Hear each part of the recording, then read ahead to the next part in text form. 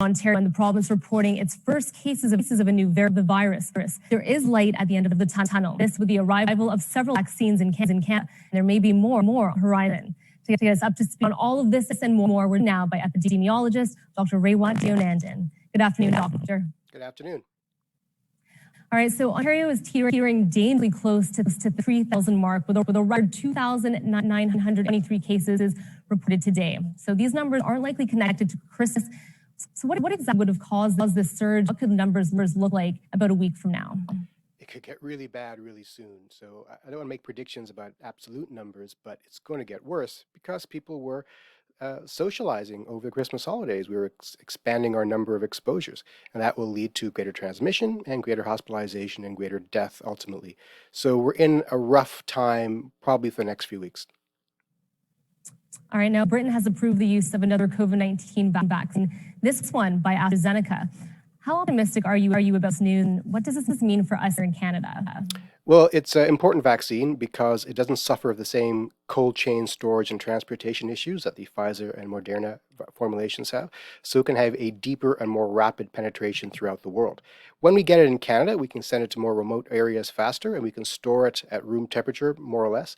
The dosage is complicated, and some stuff has to be worked out still, but more formulations, the better. We need a diversity of tools on the table. And Dr. Deonandan, there are reports that the new variant of COVID-19 spread quite quickly. So with this and possibly unexpected mutations of virus, do you think our current pace of testing and vaccination is enough? We can always test more. We need to do better testing, tracing, and isolation. That's our best bet to control the epidemic while we wait for the vaccines to do their job. The vaccines so far look like they will work on the new variant, so I wouldn't be concerned on that front. But it's important that we roll out the vaccines as quickly as we can to prevent further transmission. That's always been the goal, and the goal now has become more dire. It's now more important to reach that goal. Right now has been pushing Health Canada for a single dose of the Moderna vaccine to speed up deployment. But do you think this would really be in the interest of Ontarians rather in the long run? The problem is the clinical trial that tested the efficacy of the Moderna shot was not set up to test whether or not a single dose works in the long run. After one dose, 2 weeks later, you get 92% efficacy, which is great, but then at 28 days, you get the second dose. So we only have data for 28 days. It might be fine after that. We just don't know. And from where I sit, it's not wise to deviate from the protocol until we have better data.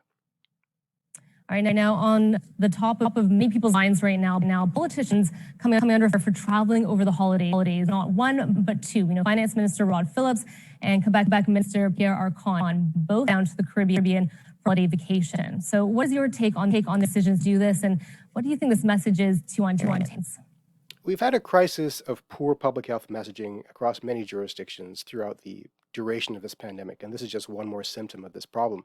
We have to lead from the top down. So if we want the population to adhere to public health guidance, the leaders have to do what they want everybody else to do. It's just a bad look, and it does not result in public buy-in. It's quite disappointing. All right, we'll have this where everyone else is over the holidays because we're keeping a close eye on the story. Thank you so much, Dr. Raywat Deonandan, for joining us today. That's Dr. Raywat Deonandan, an epidemiologist. Thank you. And still ahead on Global News, library staff